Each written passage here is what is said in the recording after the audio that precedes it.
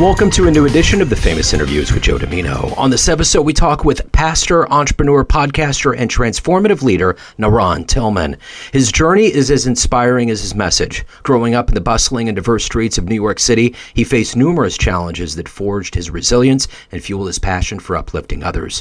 From those humble beginnings, he has risen to become a multifaceted leader dedicated to guiding people towards holistic well-being and spiritual enlightenment. As the pastor of One Ministries in New York City, he redefines the way the gospel is communicated, bringing a reformed and accessible approach that resonates with people from all walks of life. It's a refreshing story. Enjoy. First of all, I really appreciate, before we start, I really appreciate you reaching out to me. I've been hosting guests. I've been hosting for 5 years. My podcast is 5 years old now. But I just started this year going on other people's shows. It's like even pitching shows and stuff like that. I'm still trying to learn all of that stuff, but I really appreciate you.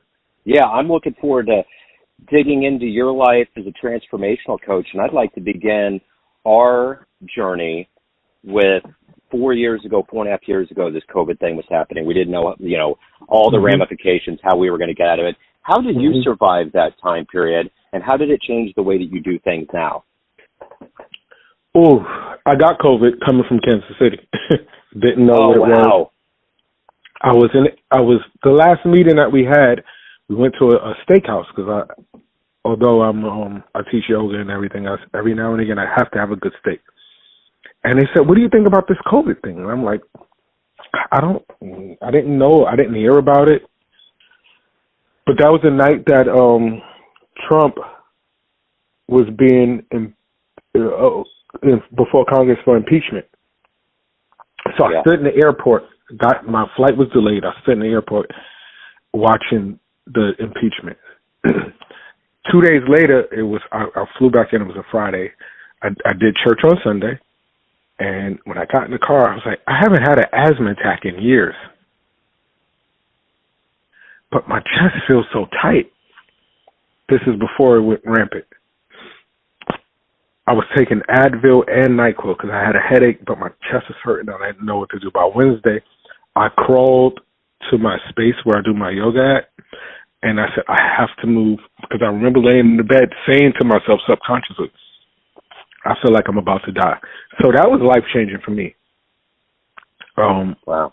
1, 2, New York got hit really, really hard. I was getting one phone call every hour. I lost my mentor, who's the first person who introduced me to business to COVID. 2 mentors I lost to COVID. So COVID really hit hard for me. But the way that it positioned us business-wise and the way that it changed us is that the state, New York, moved from we were doing really, really great business in New York, but they changed the way that they wanted to do business from a mindfulness place to more of a, I can't even remember what kind of core, they're trying to make cookie cutters. We relieve people from anxiety and stress. They want to do core curriculums. That's what they're doing. So our stuff didn't really jive. So it kind of hurt me in the beginning, but it's starting to pick back up again. So talk to me a little bit about, let's get to the heart and soul of what you do for business here in 2024. I'm going to put you in front of a bunch of third graders at Career Day, and one of the kids is curious and says, "Hey, what do you do for a living?" How do you answer them? I teach people how to pay attention. Teach third graders how to pay attention. Because often we say that youth and young adults pay attention, but we don't show them how to pay the currency. So what we do is we show them how to pay attention through breathing exercises, through mindful movements, through understanding their space. Like, this is your space. You don't have to look at no one else's space. This is your breath, but we all share breath. We learn community building from breathing, from movement. We all move together. And in the beginning, it may be disjointed, right? So Tom may be moving a little bit faster than Jill. But as we come together and we continue continuously do it, a synchronicity comes about where all of our movements are synchronized. And it looks like something that you would not believe. We start with mindset training, where to pay attention to. I start them off with 30 seconds to a minute in silence, because third graders don't know how to be silent.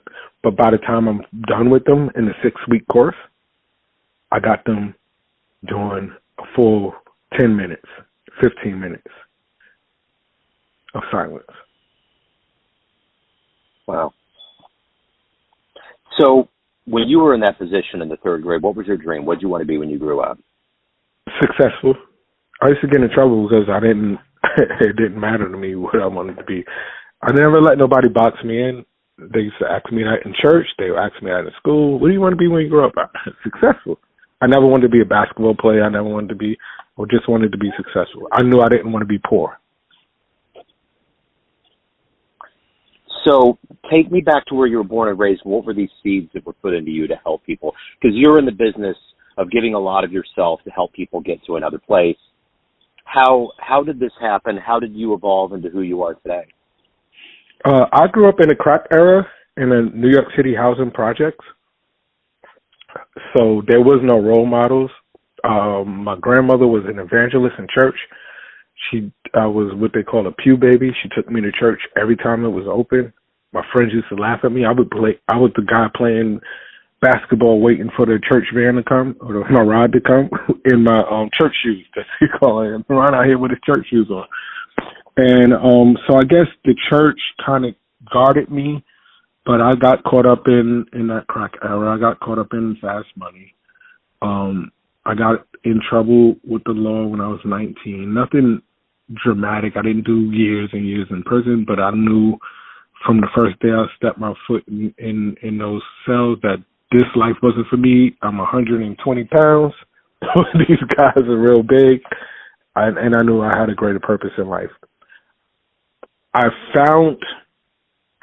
started preaching when I was 24, but that was the beginning of my journey, because really it wasn't until I was in my late 30s that I understood how to blend the holistic portion of what I do now, whereas meditation, yoga, spirituality, business, and all of these things that I think youth and young adults would do. So I target communities where I came from right now, because nobody came back. They came back and said, oh, you can be what you want to be. Oh, but they all got in their cars and rode away. I target communities like that, even our seniors in the community, help them get their flexibility back, help them get their mindset back, help them get movement back. And youth and young adults to say, listen, I own, this is what I do. Like, I don't have to answer to anyone else, and you can do that too. And you might not know what you want to be, but everybody in here can be something. That's such an interesting approach, coming at it from all of the angles, because usually I see it kind of being either business or spirituality or some faction. And it's interesting that you have this holistic thing, because it's a lot like when people try to lose weight. They try to do like one or two things, but it really is a holistic thing. It really is a lifestyle choice. And at the end of the day, what I like about what you're doing ultimately is you're shaping the mind. Like after 90 days, it becomes a habit, that kind of mentality, where you're taking everything in your life, because if everything isn't clicking, or if you aren't working on being a greater organism holistically, there could be one thing that can drag you down, or one thing that will tell you, let's not do it now, let's wait. And then everything else, the Titanic, will sink. Well, it wasn't like that for me, and I was like that. I was segmented. Most people don't understand diversification and segmentation is two different things. I was segmented, and I had my church life, I had my yoga life, I had my business life, but they were all still a part of me. Even when I started podcasting, I still had that mindset. It wasn't until COVID hit that I realized I had a lot of time to spend by myself, that in order for me to be successful, I have to be transparent. I have to be everything that I am and figure out a way to bring it to the table without the judgment. You know, I went through a horrible church breakup. I was pastor of a large church in Brooklyn. Horrible church breakup. And I had to look at me. I couldn't point fingers at anybody else. I had to point fingers at me. And when you're trying to segment and you're trying to be something here and then something else there and then something else over here, you're not being your true authentic self. But this is who I am. And I had to come to grips with that. And you lose friends, you lose things, but when you build your tribe. And your tribe may be 2 people in the beginning, but those 2 turn into 5, and those 5 turn into 15. So talk to me a little bit about heroes. Who's been ultimately an inspiration for you to find your footing and find your inspiration and to evolve as the human you are today? My first hero is my mom. I remember when my dad left. I grew up in the city, and we're sitting on the couch, and I'm crying, and my sister's crying, and my mom looked and said, "We're gonna be okay." And we went through a lot of BS, but we was okay, And regardless of what trials I've been through in life, I left home when I was 17. I could always go back to my mother's house. I didn't go back to my mother's house. I was living homeless, eating Snicker bars and stuff. I'm like tearing up thinking about it. But I didn't go back home because of pride. But when my mother found out, she said, "Tell him to come home and get something to eat." And so that was my first hero. My second hero is Willie James Bates, God rest his soul. When I got in trouble with the law, he told me, "You're too smart for this," and he showed me how to build a business. He couldn't read, man from South Carolina. I called him my dad, and he showed me he moved me from the projects and moved me into a house. So I understood how to build a house. I understood how the nuances of building a house. I wasn't a construction guy, but I was the guy who put all the paperwork together and all that. But he saw that in me. I didn't see it in myself. I knew garbage days. I didn't know that. When I was growing up, we put the garbage in the incinerators. I understood how to keep your porch clean and all these things that I never really knew. He taught me how to really be not just a businessman. He taught me how to be a man. You pay your bills on time. You keep your word. You pay your employees even if you can't eat because they're the ones who drive the engine. Like little things like that I wish that I could have him here right now to have those conversations with. And there was many others, but those are 2 that just pop in my mind at first. So if you can meet anybody alive on the planet right now that you find fascinating, that you would just love to be around, maybe soak a little bit of their wisdom, who would that be? Robert Kiyosaki.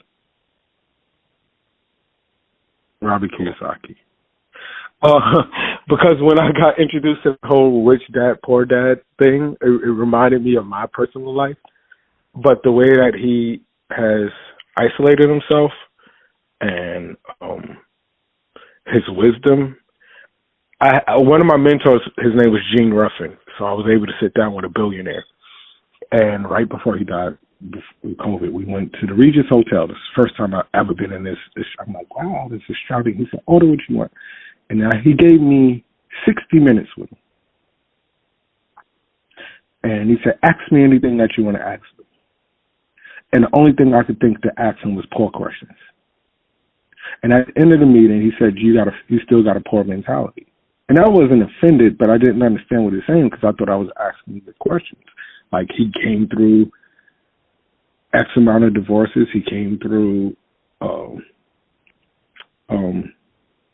bankruptcy, so I wanted to know how you recovered from bankruptcy. He said, you sat down with me for an hour, and all you could ask me about was failure. If I ever had a chance again to sit down with I know. But that was my mindset at the time. And I think he helped shape the way that I do my podcasting because I don't ask about failures right now. I don't care about what you've been through. Where are we going, and how are we going to get there? What are the blocks that we use to build?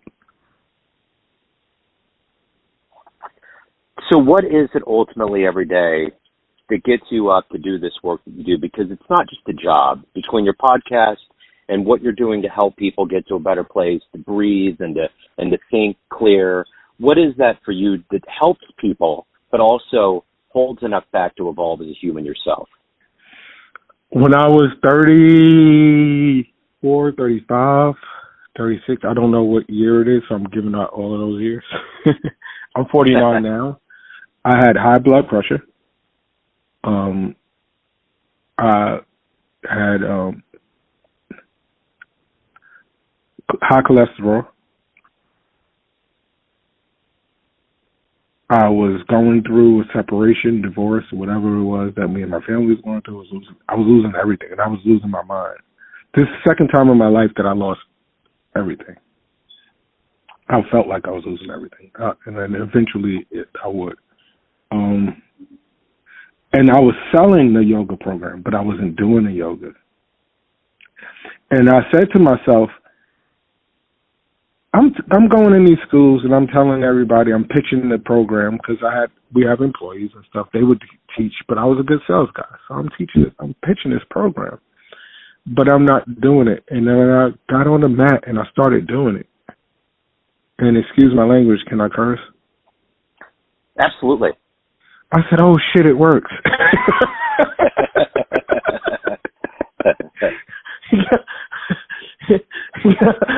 Oh shit, it really worked. So I was selling something, and if you're listening, I'm being transparent, right? I was selling something that I really didn't know can really be transformative. Once I knew it could be transformative, they gave me the pills for my pressure. I stopped taking the pills because the pressure was messing with my manhood, and I'm 30 years old, NaRon. You can't walk around with no manhood. Yeah. And I got on the mat, and I said, I'm gonna go back to this doctor. When they give me this new test, I'm gonna do it every day because my doctor, they come back in 30 days or whatever. Do it every day. I'm not gonna take this medicine.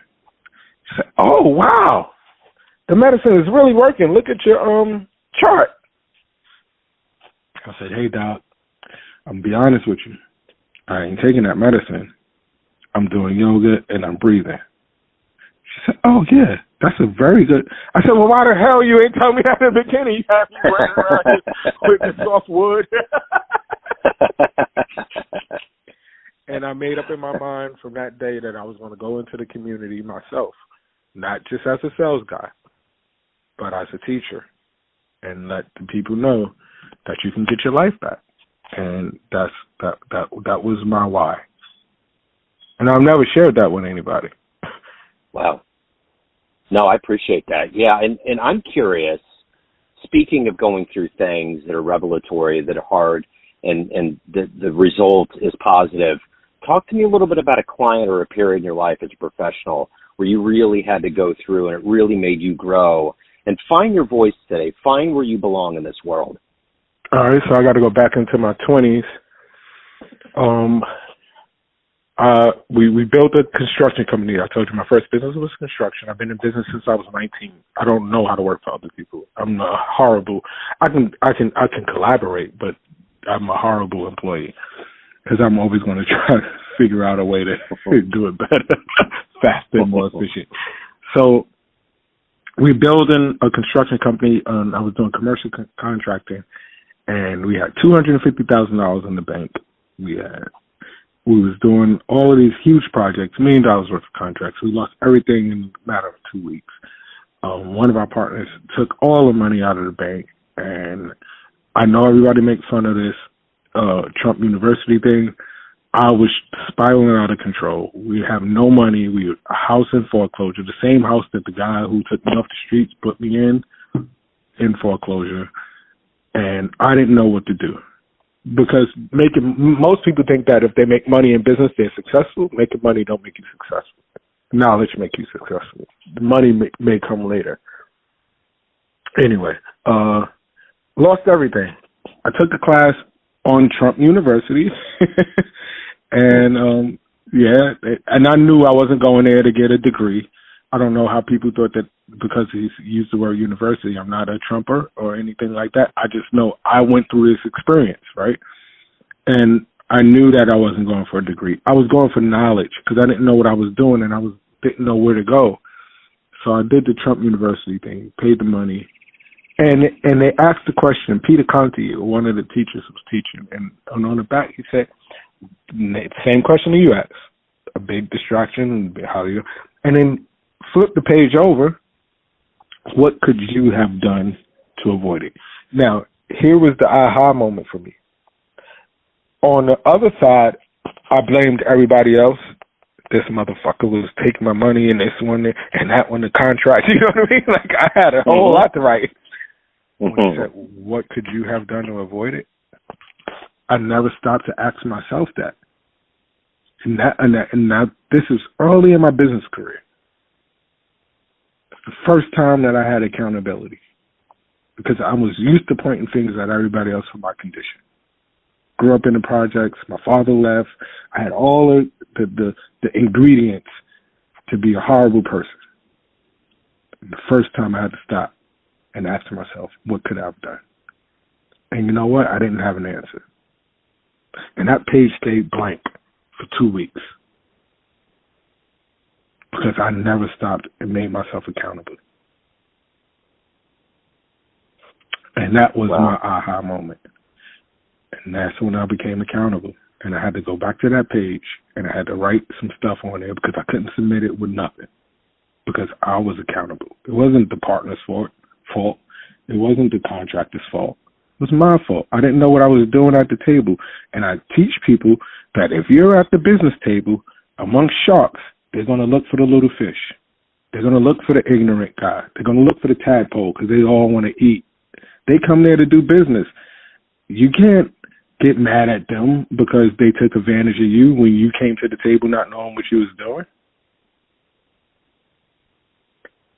But as a result of this experience, it's made you stronger. So when you look back on this and you could go back to that time before you signed up, would you still do it? Yeah, I would do it all again. I would do it all again because if it didn't happen in my 20s, it would have happened in my 40s. It's going to happen if you don't know what you're doing. And even if you know what you're doing, it happens. But it's going to happen. And it doesn't matter what industry.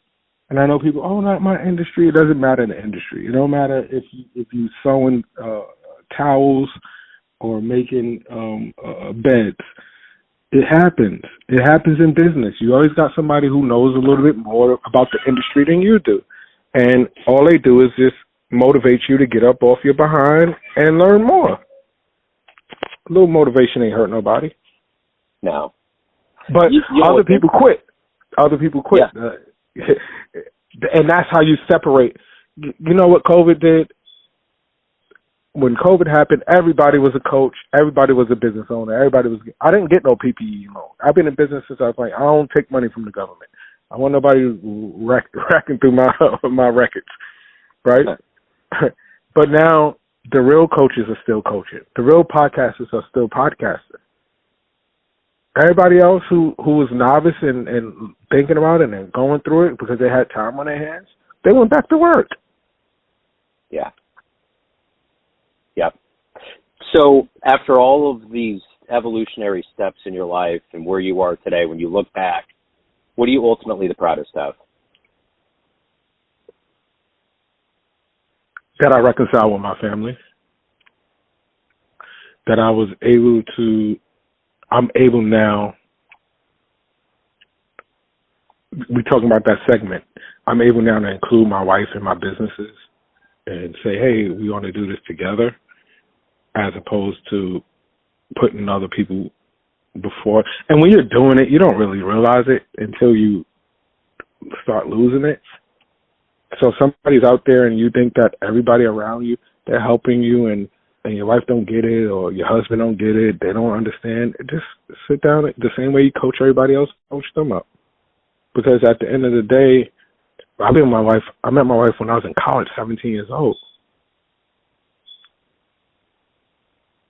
So if she don't understand what I'm doing, it ain't her fault. Yeah.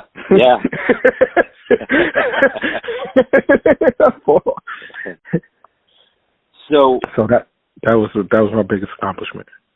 Yeah, for sure. So I'm curious, with everyone that you touch in your life, everyone that you change, and all of these different circles of people, family, friends, clients, colleagues, you run the show. What's your perception of you? Who do you think you are? Confused.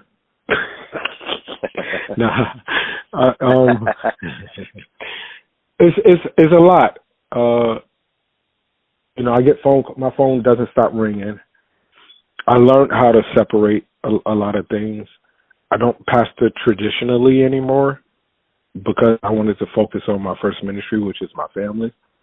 But I do like online ministry. I do work with a lot of people. I learned how to I have a 10-year-old. My oldest son is 21, right? He went to college, got kicked out.